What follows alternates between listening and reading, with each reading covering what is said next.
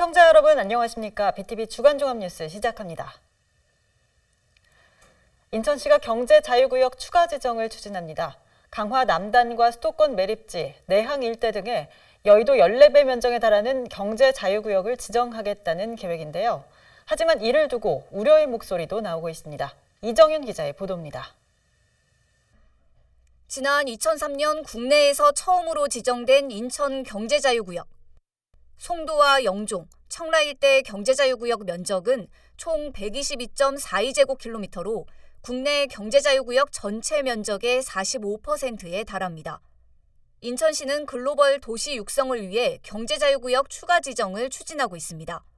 여의도 면적의 약 14배 규모인 41.45제곱킬로미터를 더 늘리겠다는 계획인데 송도 주변과 내항 일대, 수도권 매립지, 강화 남단이 대상 지역입니다. 하지만 경제자유구역 추가 지정을 두고 우려의 목소리가 나오고 있습니다. 외국인 투자 유치와 지역경제 활성화에 효과가 있을지, 또 저성장과 인구 감소 등 대내외적인 여건 변화에 역행하는 선택이 아니냐는 겁니다.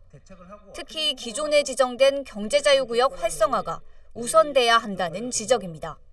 기존 경제자유구역이 주거지역으로 전적 기능이 부족한 베드타운으로서 그 역할밖에 할 수 없었다면 그 이유가 무엇인지를 점검을 해야 한다고 봅니다. 지금까지의 가오를 점검하지 않고 무분별하게 여의도 면적의 14배에 달하는 경제자유구역의 추가 지정 및 확산 정책을 추진한다는 것은 국제도시로서의 인천의 경쟁력을 약화시킬 수 있음을 명심해야 합니다. 유정복 인천시장은 바이오와 항공물류, 반도체 등 첨단 산업 투자 유치를 위한 용지가 부족한 상황이라고 설명했습니다. 때문에 경제자유구역 추가 지정이 필요하고 이를 위해 관련 용역을 진행한다는 계획입니다. 추가적인 용지 확보가 필요하고 또 뿐만이 아니라 이 산업의 생태계를 조금 더 현실에 맞게끔 조정해 나가는 부분도 필요하고 좀 더 궁극적으로는 인천은 지금의 경제자유과 관련한 법체계, 행정체계를 뛰어넘는 소위 인천자유도시 특별법을 제정해서 인천의 경쟁력을 높여서 추가 지정 대상에는 송도 유원지 일대도 포함된 상황. 유승분 의원은 특정 업체에 대한 특혜 시비 소지가 있고 테마파크 조성, 도시개발 사업과 충돌될 수 있다고 지적하자 유정복 시장은 이들 사업에 지장이 없도록 경제자유구역을 지정하는 투트랙 전략으로 추진할 계획이라고 설명했습니다. BTV 뉴스 이정유입니다. 남동구 논현동 일대 주민들은 영동고속도로가 바로 옆을 지나지만 이용하려면 한참을 돌아가야 합니다. 20년 전 소래나들목 건설 계획이 있었지만 사업은 미뤄졌고 인천시와 LH가 소송전까지 벌이면서 표류하고 있는데요. 이 사업이 탄력을 받을 전망입니다. 인천시는 소송 결과와 상관없이 일단 시 예산을 투입해 실시 설계에 착수한다는 계획을 밝혔습니다. 보도에 김지영 기자입니다. 남동구 청릉대로와 영동고속도로를 연결하는 소래IC 건설 사업. 도시계획시설 결정 등이 지연되면서 20년 넘게 표류했습니다. 나들목이 없다 보니 이 지역 주민들은 고속도로를 타려면 한참을 돌아가야 합니다. 특히 지난 2020년 7월 장기 미집행으로 도시계획시설 결정 효력이 사라지면서 소래IC 건설은 더 어렵게 됐습니다. LH는 더 이상 소래IC 건설에 대한 법적 의무가 없다며 인천시를 상대로 소송을 제기했기 때문입니다. 1심 재판부는 인천시를, 항소심은 LH의 손을 들어주면서 소송은 현재 대법원에 계류 중인 상황. 소래IC 건설추진위원회는 28일 기자회견을 열고 LH는 소송을 포기하고 약속된 소래IC 건설 사업을 이행하라고 촉구했습니다.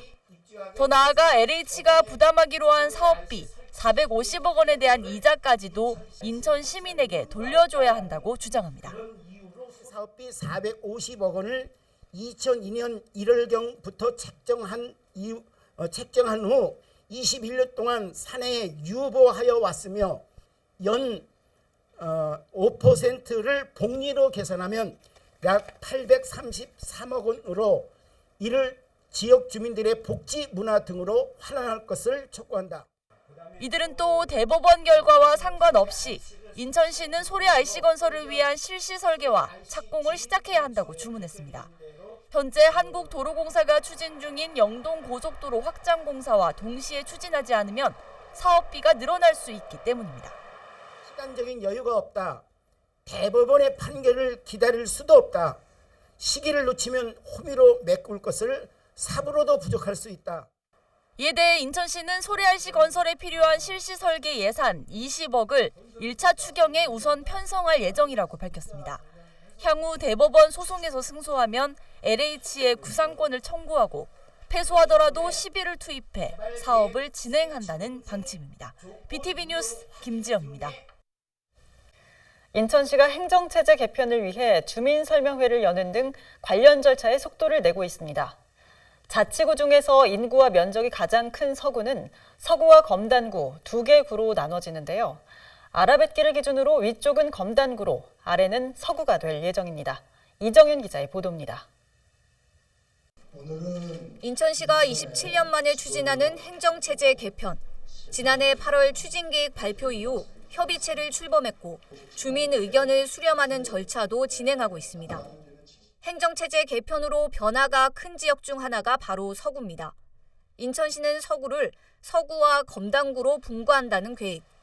현재 서구 인구는 57만 명으로 신도시 개발에 따라 70만 명 이상 증가할 것으로 전망됩니다. 인천시는 미래 행정 수요에 대비하기 위해선 행정체제 개편이 반드시 필요하다고 강조했습니다. 서구의 인구 및 면적은 전국 자치구 중에서 가장 큰 규모에 속하다 보니 행정력이 좀 분산되고 있습니다. 구청이 신설이 되면 해당 지역에 행정력이 집중되어 선제적 행정 서비스를 받을 수가 있습니다. 분구가 되는 경계는 아라뱃길입니다. 아라뱃길 위쪽은 검단구로, 아래쪽은 서구로 나누겠다는 구상입니다. 문제는 오류 왕길동에 위치한 물류단지입니다. 성장 관리 권역으로 지정돼 있는 곳인데 주민들도 이에 대한 관심이 높습니다. 여기 지금 개편에 보면 지금 검단 쪽에 편입돼 있는 걸로 돼 있고 그렇다고 하면 이 부분에 대해서 지금 어디까지 협의가 이루어지고 있는지 정말 이게 가능성은 있는 부분인지 인천시는 기본 구상안을 토대로 관련 기관과 협의 중이라고 밝혔습니다. 아라뱃길을 기준으로 해서 이 나누는 게 맞는 기본적인 원칙입니다. 다만 저희가 이제 성장관리구역에서 해제가 되면 과밀억제구역으로 돼서 기업체들이 불이익을 받게 됩니다. 그런 물류단지에 대한 부분만 지금 관련 기관하고 협의 중에 있다는 말씀을 드리겠습니다. 검단 주민들은 대부분 분구 추진에 찬성하는 분위기입니다.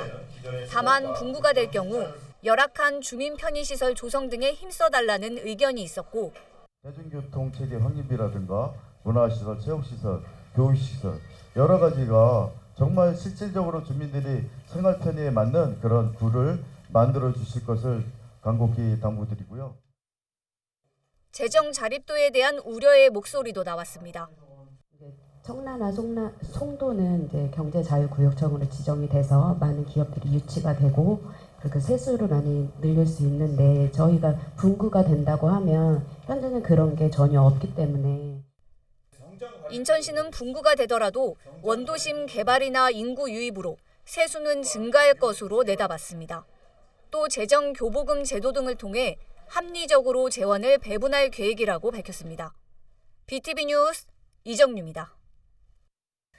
세월호 사고 이후 약 7년 만에 인천 제주를 오가는 여객선 운항이 재개됐는데요. 무엇보다 안전에 온 힘을 쏟았다는 신형 카페리 여객선이 1년 남짓한 기간에 5번이나 고장이 났습니다. 지금은 안전 문제로 승객 없이 화물만 옮기고 있습니다. 보도에 배상민 기자입니다. 지난 2021년 12월 인천 제주항로 운항을 시작한 비욘드 트러스트5. 710억 원을 투입해 건조된 27,000톤급 대형 크루즈 카페리선으로 길이 170m, 너비 26m, 높이 28m입니다.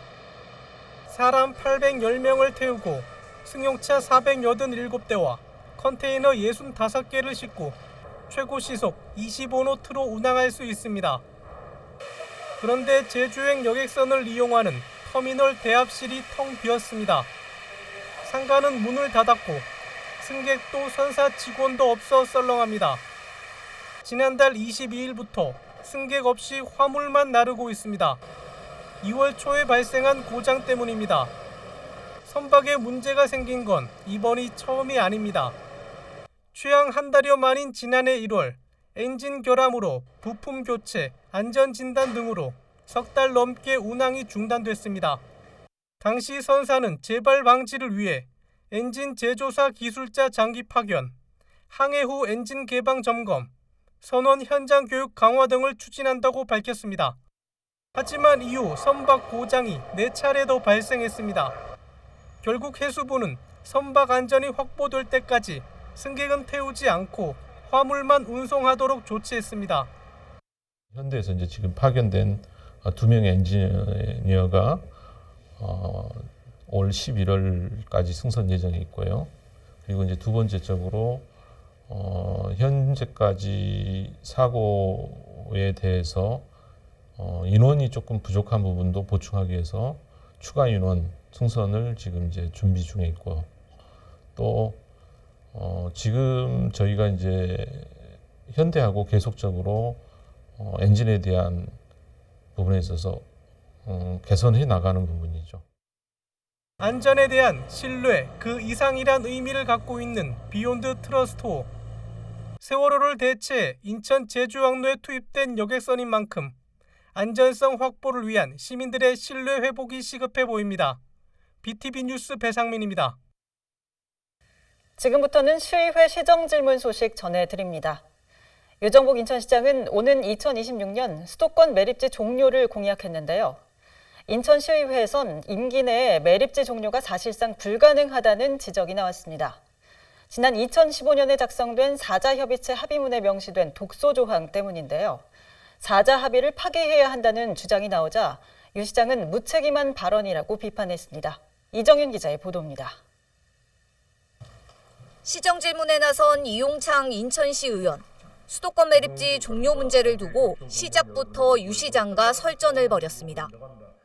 2026년도 종료는 현실적으로 지금 어려운 상태에 있습니다. 인정하십니까? 인정하지 않습니다. 유 시장은 수도권 매립지 종료 문제는 민선 7기 전임 시장 때 4자 합의를 제대로 이행하지 않은 것이 본질적인 문제라고 재차 강조했습니다.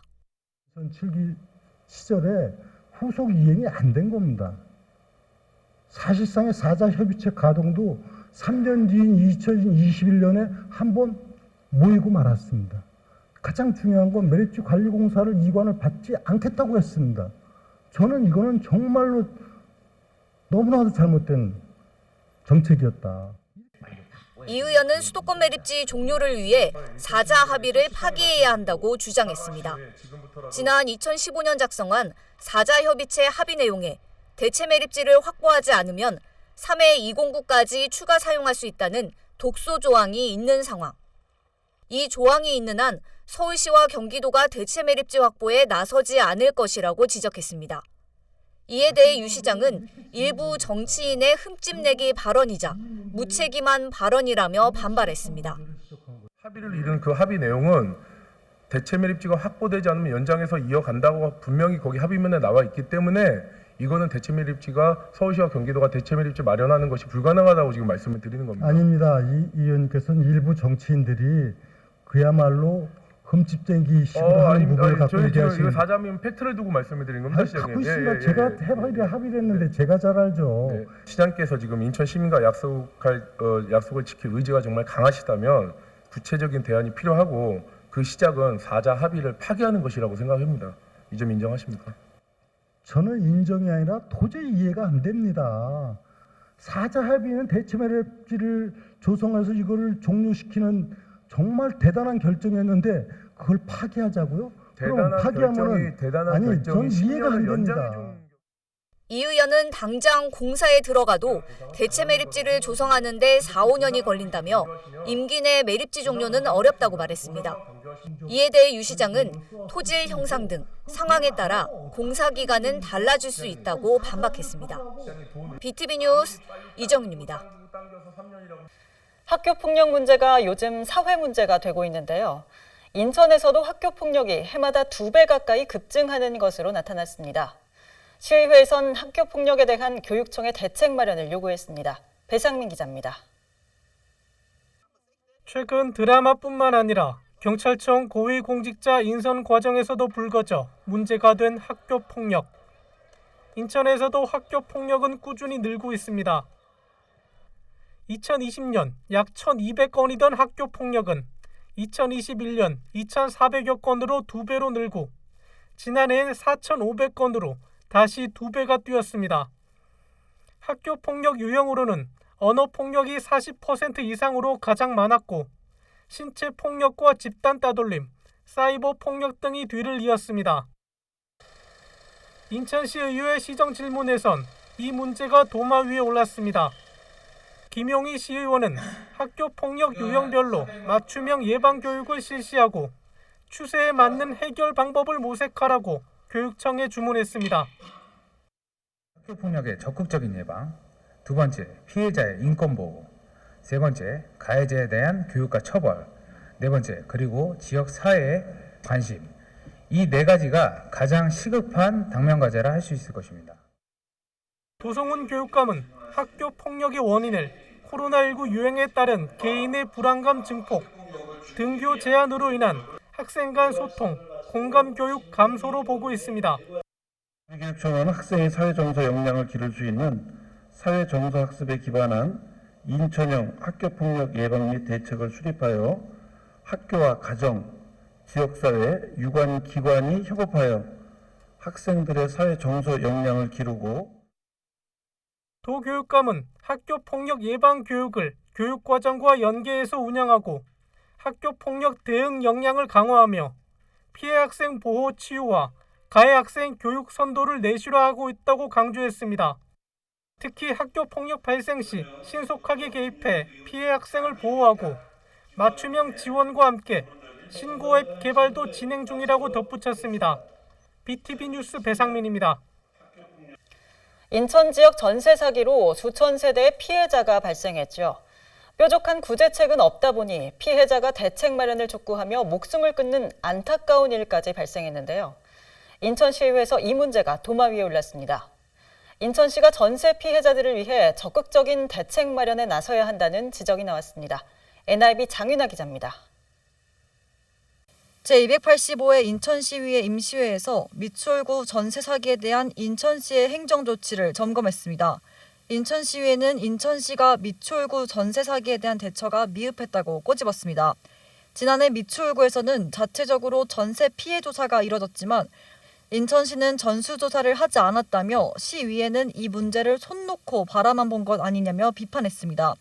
시는 이에 대해 올해 상반기까지 2차 실태조사를 마치겠다고 밝혔지만 위에는 이건 역시 아니란 대처라고 비판했습니다. 전에는 9월 달에는 인천시가 전체적으로 실태조사를 한번 했었어야 된다고 생각을 합니다. 근데 미추홀구에서 가장 먼저 터졌다고 미추홀구만 1차적으로 한다고 해서 인천시는 전세 피해 전수조사와 해결 조치를 병행하고 있다며 공방을 이어나갔습니다. 지속적으로 주택 문제라든가 금융 지원이라든가 법률 상담이라든가 계속적으로 해나가고 있기 때문에 실태 조사는 이분들이 과연 얼만큼 더 있는가를 확인하는 과정이지 실태 조사하고 이 우선순위가 있는 게 아닙니다. 이어 전세 피해 확인서가 6개월만 유효하다는 점에서도 개선돼야 한다고 지적했습니다. 유정복 시장은 실무적으로 확인 후 기한을 두지 않는 점을 고려해보겠다는 입장입니다. 피해 확인서가 6개월이라는 기한이 두면요. 아시겠지만 시장님도 이 사안에서 심각성을 아시겠지만 피해 확인이 6개월이라고 하면 내가 피해 입은 그 피해의 어떤 해결이 6개월 만에 해결되는 게 지금 이 문제가 아니지 않습니까? 근데 그게 6개월이라고 목을 박아버리면 이거는 저는 좀 졸속하다. 그래서 제가 그 문제는 지금 처음 듣는데요. 네. 6개월이 확인할 기간이라는 거는 제가 확인해서 어떤 연유인지를 좀 판단해보고 또 필요한 조치를 하도록 하겠습니다.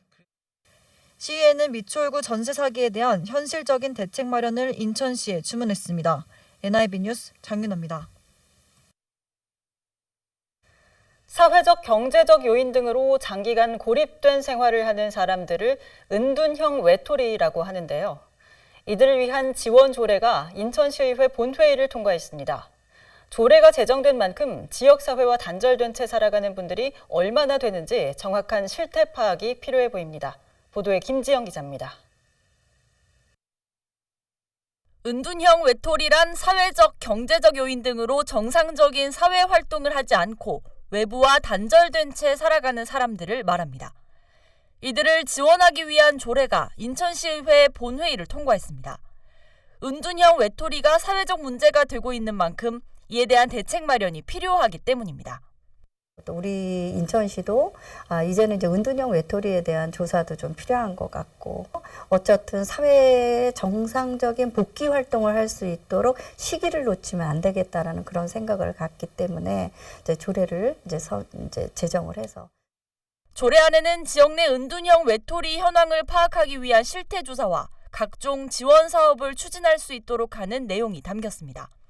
또 이들이 다시 사회로 나올 수 있도록 교육과 직업훈련을 제공하고 여가 활동 프로그램이나 각종 모임 사업도 지원할 수 있도록 했습니다. 무엇보다 시급한 과제는 정확한 실태를 파악하는 겁니다. 사회로부터 고립된 다양한 원인을 분석해 그에 맞는 맞춤형 대책을 세워야 한다는 지적입니다. 여러 가지 학교와 관계, 또 부모와의 관계, 뭐 또래 집단과의 관계, 아니면 또 뭐 종교적인 문제, 아니면 또 뭐 사회적인 문제, 또 장년층인 경우에는 부부의 갈등, 뭐 다양한 유형이 있지 않겠습니까? 여기에 따라서 유형을 좀 분리를 해가지고 왜 은둔형이 됐는지 원인을 좀 알고자 해서 이제 그 유형을 좀 파악을 하고자 합니다. 지난해 서울시에서 조사한 자료에 따르면 6개월 이상 은둔 생활을 한 청년 비율이 4.5%로 최대 12만 9천 명에 달할 것으로 추정됩니다. 특히 최근엔 이혼과 실직, 사업 실패 등으로 고립된 생활을 하는 중장년층도 늘고 있습니다. 이러한 고립을 장기간 방치할 경우엔 고독사로 이어질 가능성도 높은 만큼 이들에 대한 적극적인 지원 정책이 필요한 시점입니다. BTV 뉴스 김지영입니다.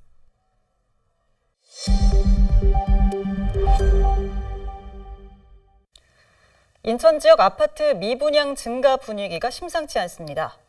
정부가 이달 초 인천 중구를 미분양 관리 지역에 추가하면서 심각성이 드러나고 있는데요. 입주 물량이 많은 상황이라 분양이 계속 이어질 경우 미분양 물량 속도가 가파르게 증가할 것으로 보입니다. 북인천방송 이관성 기자가 보도합니다. 정부가 지난 1월 말까지 집계한 인천 미분양 주택은 3,200여 세대.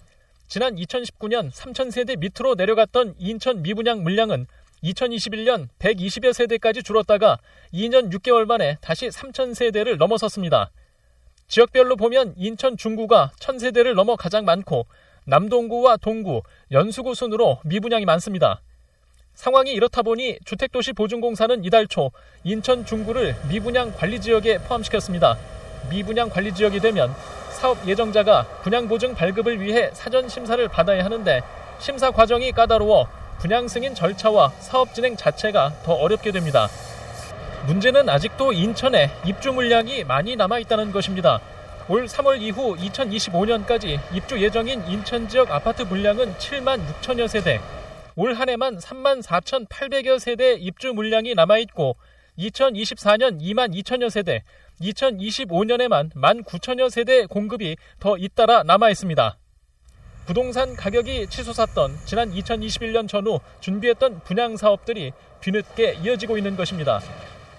지금 분양하는 단지들은 2년, 3년 전에부터 시작을 해서 준비를 했는데 2, 3년 전은 부동산 시장 분위기가 이렇지 않았잖아요. 굉장히 좋았기 때문에 그때 약간 물 들어왔을 때 노젓는다고 좀 본격적인 사업 추진을 했던 단지들이 지금은 어쩔 수 없이 시작을 해야 됩니다. 이미 PF 대출 다 받았고요. 인허가 받았기 때문에. 올해부터는 준공후 미분양 물량 증가도 걱정입니다. 지난 1월까지 정부가 집계한 인천 지역 준공후 미분양 물량은 343세대. 미분양 물량이 계속 늘어나면 준공후 미분양 물량이 계속 늘어 악성 미분양으로까지 확대될 가능성이 있습니다. 분양 물량이 많아서 미분양이 난 거는 뭐 지금 뭐 부동산 시장의 흐름적인 부분인데 준공후 미분양 이건 굉장히 좀 심각하다라고 판단이 되는데 그런 물량도 좀 이 인근 지역에도 또 물량이 굉장히 많기 때문에 여기에서 있는 이제 미분양 관리 지역의 여파로 인근 지역까지 번져나갈 가능성은 또 말씀드린 대로 굉장히 높다라고 좀. 미분양이 발생한 인천 중구의 한 아파트는 이미 중도금 무이자와 무상 기본 옵션 등 혜택을 내걸며 입주자를 찾고 있습니다. 안양에서는 올해 초 미분양이 발생한 아파트 단지가 지난달 10% 할인 분양에 들어갔고 대구에서도 할인 분양 아파트들이 늘고 있습니다. 헬로티비 뉴스 이관서입니다. 인천에서 백령도를 오가는 2,000톤급 여객선이 지난해 말부터 운항을 중단했죠. 주민들의 이동권 제약이 우려됐는데 현실화되는 분위기입니다. 봄철 관광객들이 늘면서 4월 중순 이후 주말 백령도행 일반석 배표가 벌써 동이 났는데요. 주민들은 여객선 준공영제를 비롯한 대책 마련을 요구하고 있습니다. 김지영 기자입니다. 여객선 발권 창구가 텅 비어 있습니다. 창구 앞에는 3월 말까지 휴업한다는 안내문만 붙어 있습니다. 인천에서 백령도를 오가는 2,000톤급 여객선 하모니 플라워호의 운항이 중단된 건 지난해 11월. 경영난을 호소하던 선사는 결국 오는 3월 말일자로 폐업을 신청했습니다. 현재 인천 백령 항로에는 코리아 프린세스호 등 여객선 2척이 운항 중이지만 하모니 플라워호에 비해 선박 규모가 작고 차도 실을 수 없습니다. 유일한 차도선이 끊기면서 주민들의 불편은 더 커지고 있습니다. 차가 다녀야 그 뭐 꽃게랑 이런 거 잡아가지고 바로 싣고 나와야 되는데 그러질 못하니까 그 불편한 점이 많죠. 당장 4월부터는 봄철 여행 성수기가 시작됩니다. 섬을 찾는 관광객이 늘면서 배표 구하기도 어려워졌습니다. 이미 4월 중순 이후엔 코리아 프라이드호의 주말 일반석과 프리미엄석이 동이 났습니다. 편도 10만 원이 넘는 표만 남은 상태입니다. 네, 일반석 프리미엄석 매진이고 비즈니스 1등석 남아있어요. 편도 비즈니스는 11만 7천 원이고요. 퍼스트는 14만 100원이요. 섬 주민들의 이동권 제약 우려가 현실이 된 상황. 주민들은 여객선 준공영제를 요구하고 있습니다. 주민들이 이동권이 제일 많이 받았습니다. 근데 이게 뭐 준공영제가 돼서 관리 감독을 이제 그 관할 그 지자체나 등에서 받다 보면은 아무래도 투명성이 확보가 될 거며 또 여러 가지 이유로 인해서 결항됐던 부분을 좀 더 깊게 또 이제 관여를 할 수 있게 되겠죠. 오는 31일엔 인천시 등 관계기관이 모여 백령도 대형 여객선 도입을 위한 간담회를 갖습니다. 이 자리에서 여객선 준공영제 요구에 대한 논의가 구체화될 수 있을지도 관심입니다. 해당 기관끼리 만나서 소통하는 시간을 갖지 못했습니다. 늦었지만 그래도 지금 상태에서 최선의 방법을 찾아야 되지 않을까. 빠른 대안이 없으면은 뭐 늦었지만은 그러한 대안도 한번 제시해 볼 생각을 가지고 있습니다. 한편 옹진군은 조만간 인천과 백령 항로를 오갈 선사 선정을 위한 6번째 공모를 시작합니다. 선사 지원금을 기존 120억 원에서 180억까지 늘린다는 계획이지만 신규 사업자가 나타날지는 여전히 미지수입니다. BTV 뉴스 김지영입니다. 영종 하늘도시에는 쓰레기 처리를 위한 자동 집화 시설이 설치돼 있습니다. 1,500억 원을 투입해 설치를 했는데 10년 가까이 애물단지로 방치돼 있습니다. 이유가 뭔지 배상민 기자가 현장 취재했습니다. 표지판도 없고 인적도 끊긴 건물. 주변에 잡풀만 무성하고 사용한 흔적을 찾아볼 수 없습니다. LH는 영종 하늘도시에 이 같은 쓰레기 집화장 4곳을 설치했습니다. 약 70km 길이의 관로와 쓰레기 투입구 2,400여 개도 설치했습니다. 이 시설을 설치한 데 쓴 사업비는 총 1,500억 원. 하지만 설치 이후 사용 한 번 못 해보고 10년 가까이 방치된 상태입니다. 주민들은 불편을 토로합니다. 많은 양의 쓰레기들이 이제 널려져 있고 음식물 처리기 같은 경우에는 쓰레기 봉투에 담아서 통에다가 보관을 하다 보니까 이 한여름 같은 경우는 이 냄새도 냄새지만 이 파리 모기가 너무 많이 들끓어서. 문제는 뭘까? 일반 쓰레기와 음식물 쓰레기를 단일 관로로 처리하도록 설계됐습니다. 이럴 경우 두 종류의 쓰레기가 섞여 음식물 쓰레기 재활용이 어렵습니다. 또한 악취 민원은 물론 음식물 쓰레기 수분에 의한 부식으로 시설의 수명이 짧아집니다. 2012년 개정된 환경부 지침에도 일부 예외를 제외하고 공동주택의 경우 원칙적으로 RFID나 칩 등의 방식으로 하도록 돼 있습니다. 중구청은 시설을 계획하고 조성한 인천경제청과 LH에 시설 개선을 요구했습니다. 음식물 폐기물 처리는 반드시 환경부 지침에 맞도록 RFID 또는 대형 감량기 방식으로 전환이 되어야 하고 이를 위해서 본 시설을 계획하고 조성한 인천경제청에서 주민 동의 절차를 거친 후에 우리 중구에서 인수해야 된다는 의견입니다. 인천경제청은 자동 집화 시설은 기반 시설이 아니라 주민 편의 시설로 시설 개선은 사업 시행자인 LH가 책임질 사항이라는 입장입니다. 반면 LH는 환경부 지침 개정 전에 설계돼서 진행한 사항으로 당시 인허가 조건도 합의된 사항인 만큼 추가 시설은 경제청 소관이라고 주장합니다. 결국 경제청과 LH가 책임을 떠넘기는 사이 막대한 예산이 투입된 시설은 써보지도 못하고 애물단지가 되고 있습니다. BTV 뉴스 배상민입니다. 서구에서 지난해 야심차게 건립하기로 한 복지 어울림센터가 감감무소식입니다. 52억 원을 투입해 옛 서인천 세무서 건물을 매입했지만 건물은 아직도 활용되지 못한 채 텅텅 비어있는 상태입니다. 구혜희 기자가 취재했습니다. 서구 연희동의 옛 서인천 세무서 건물입니다. 지하 1층부터 지상 5층 규모의 건물로 지난해까지 세무서로 쓰였습니다. 하지만 지금은 빈 건물로 남아 있습니다. 세무서가 이전한 지 석 달이 지났지만 이를 모르고 찾아온 주민들은 헛걸음하기 일쑤입니다. 몰랐어요. 몰라가지고 지금 저분한테 물어봤거든요. 그랬더니 여기라는 거예요. 근데 밑에 보니까 이 세무서가 이 통 뺐어요. 그래서 이상하다 돌아가려고 그랬더니 지금 여기가 아니시라고 그러는 거예요. 나한테 홍보를 해줬어야지. 바쁜 시간 내서 이렇게 왔는데 황당하잖아 지금. 문제는 뭘까? 서구는 지난해 12월 복지 어울림센터를 조성한다며 건물을 사들였습니다. 전액 구비로 52억 원을 투입했습니다. 이곳에 주민 열린 공간과 서구 복지재단 등을 조성한다는 계획입니다. 하지만 입주하기로 한 복지재단은 아직 출범도 하지 않았습니다.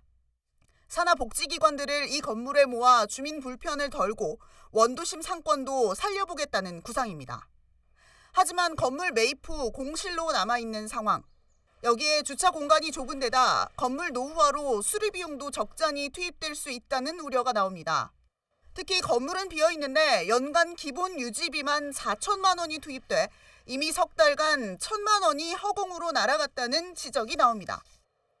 여러 가지 리모델링 공사가 필요한데 그러면 처음에 애시 당초부터 해당 상임위에서 업무 보고를 했을 당시에 어떤 추경을 세울 당시에 52억에 대한 건물 매입 비용만 있고 추가로 얼마가 들어가야지에 대한 내용은 없었어요. 서구청은 리모델링을 계획하고 있다며 추경에 예산을 확보해 공사를 진행하겠다고 밝혔습니다.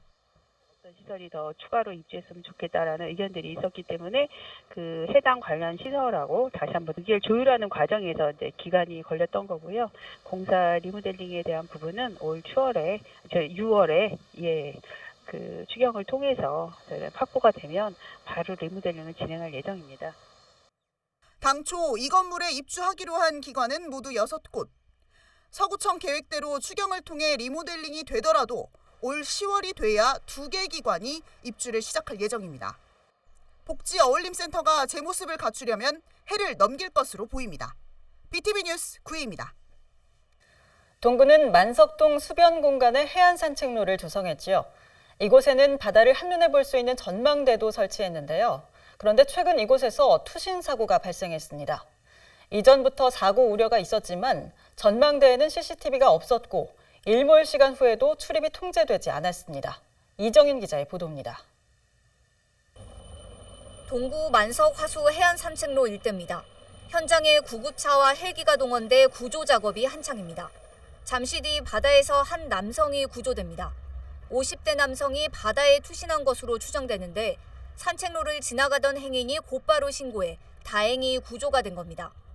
사고가 발생한 곳은 해안 산책로에 조성된 해상 전망대. 만조 기준 해수면 높이는 최소 5에서 6m나 됩니다. 전망대 입구에는 추락이나 안전사고에 주의하라는 안내문이 붙어 있는 상황. 하지만 전망대에는 정작 CCTV가 없는 것으로 확인됐습니다. 문제는 또 있었습니다. 당초 전망대는 일출 시간부터 일몰 시간까지 개방을 했는데 사고 당일에는 일몰 시간 이후에도 문이 열려 있었습니다. 출입 통제 시간을 밤 10시까지 연장했기 때문입니다. 해상 전망대 안전사고 우려가 제기됐었는데 우려가 현실이 된 겁니다. 산책로라고 해놓고 집중 관리는 잘 안 되는 것 같아요. 예를 들어서 순찰이라든지 그다음에 요 전망대에 CCTV를 좀 설치해서 동구에 잘 되어 있는 CCTV 통합 관제 센터가 있거든요. 여기에서 요 전망대는 또 집중적으로 좀 관리했으면 좋겠다 이런 생각이 좀 들고요. 동구는 사고 방지 대책을 마련 중이라고 밝혔습니다. 전망대 이용 시간을 늘려달라는 민원이 있어 출입 통제 시간을 조정한 것이라며 사고가 발생한 이후 이용 시간을 단축했다고 설명했습니다. 동구는 해상 전망대에 CCTV를 설치하고 순찰 범위를 확대하는 방안도 검토하겠다고 밝혔습니다. 인명사고 우려가 제기됐던 해상 전망대. 안전사고가 발생하지 않도록 철저한 대책 마련이 필요합니다. BTV 뉴스 이정유입니다. 중구의회 의원들이 지난 27일 해외 선진지 시찰을 위해 유럽으로 출국했습니다. 철도 자원 활용과 관광 활성화 방안 등을 모색한다는 게 출장 취지인데요. 시민단체는 출장 절차와 일정 등이 졸속으로 이루어진 관광 여행이라며 비용 환수를 추진하겠다고 밝혔습니다. 배상민 기자입니다. 중구의회 의원들이 지난 27일 출국했습니다. 7박 9일 일정의 해외 선진지 비교 시찰을 위해서입니다. 목적은 국내 철도 자원 활용과 근대 시설 관광 활성화 방안, 내양 재개발 방향 모색 등입니다. 의원 7명과 직원 5명이 가는데 드는 비용은 5,571만 원. 세부 일정을 들여다봤습니다.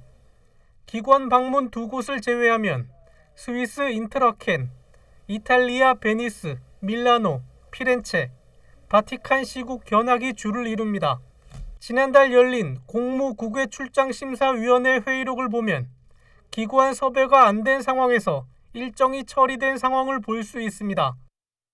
일부 위원은 세부 일정이 나온 뒤 하반기에 가는 게 낫겠다며 기관 섭외 없이 가는 건 외유성으로 보일 수 있다고 지적했습니다. 이후 섭외된 기관 중 한 곳은 스위스의 한 요양원, 당초 목적인 철도 자원 활용, 관광 활성화 등과 거리가 있습니다.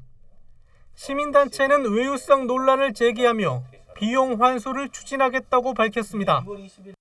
공식 방문 기간이 단 2곳밖에 없어요. 9일 동안. 그리고 나머지는 대부분 다 유명 관광지를 그냥 관광 여행하고 오는 이런 내용으로 다 채워져 있어서 시민들이 혈세가 낭비되는 거라고 저희는 보고 있습니다.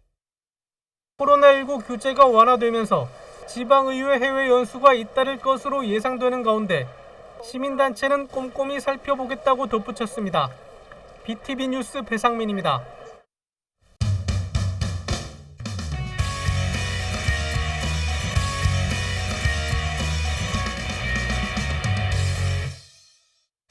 서구에서는 환경배움터라는 공간이 문을 열게 되는데요. 아동과 청소년을 중심으로 자원순환을 배우는 교육의 장이 될 것으로 기대되고 있습니다. 구혜희 기자가 취재했습니다. 작은 유리온실에 푸릇푸릇한 식물이 자라고 있습니다. 이 식물들은 모두 수경재배로 길러지고 있습니다. 서구 청소년센터 일부 공간이 환경배움터로 탈바꿈했습니다. 1층 내부 한 공간은 숲처럼 조성해 방문객들이 편히 쉴 수 있는 공간도 마련됐습니다. 지난 2020년 12월 서구가 스마트 그린 도시 사업에 선정되면서 조성된 공간입니다. 호기심 정원이라고 이름 붙인 실내 정원을 비롯해 재활용품을 활용한 전문 교육을 받을 수 있는 체험실 등이 조성됐습니다. 야외에는 토종 작물을 키울 수 있는 작은 농장도 마련돼 가족 단위 신청을 받아 작물을 재배할 수도 있습니다. 이곳이 바로 빗물 아고라라는 시설인데요. 이 빗물이 내린 것을 저장해서 바로 앞에 보이시는 텃밭에 공급될 예정입니다. 주로 아동과 청소년 중심의 교육의 장이 되는 이 공간은 상시로 교육생들을 모집하고 있습니다. 교육생뿐만 아니라 교육을 진행하게 될 담당자도 상시로 육성해 앞으로 10여 명의 활동가도 양성할 계획입니다. 당장 다음 달부터 환경실천 자원순환 캠페인을 비롯해 다양한 프로그램을 진행할 예정입니다. 신속 환경교육시설로서 편리한 접근성을 바탕으로 지역 내 청소년과 주민들이 환경을 보호하고 개선하는 데 필요한 지식, 태도, 가치관을 형성하고 실천할 수 있도록 다양한 프로그램을 운영할 계획입니다. 서구 환경배움터는 오는 30일 공식적인 개관식을 갖고 청소년을 대상으로 하는 정기 프로그램과 전문 인력 양성 프로그램 등을 본격적으로 운영할 방침입니다. BTV 뉴스 구혜입니다. 인천에서 첫 아파트 리모델링 사업에 나섰던 북예주공 3단지가 최근 안전진단을 마쳤습니다.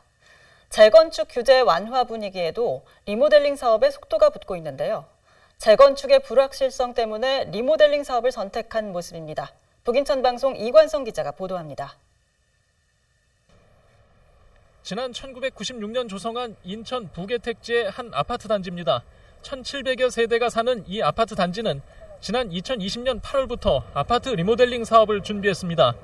리모델링 추진위는 지난 2021년 주민 3분의 2 이상의 동의를 얻어 이듬해 아파트 리모델링 주택조합을 설립했고 최근 1차 안전진단을 마쳤습니다. 5월이면 안전진단 결과가 나오는데 수평 증축과 별동 증축이 가능한 C등급 이상이 나오면 아파트 리모델링 사업이 가능해 건축 심의 단계로 갈 수 있습니다.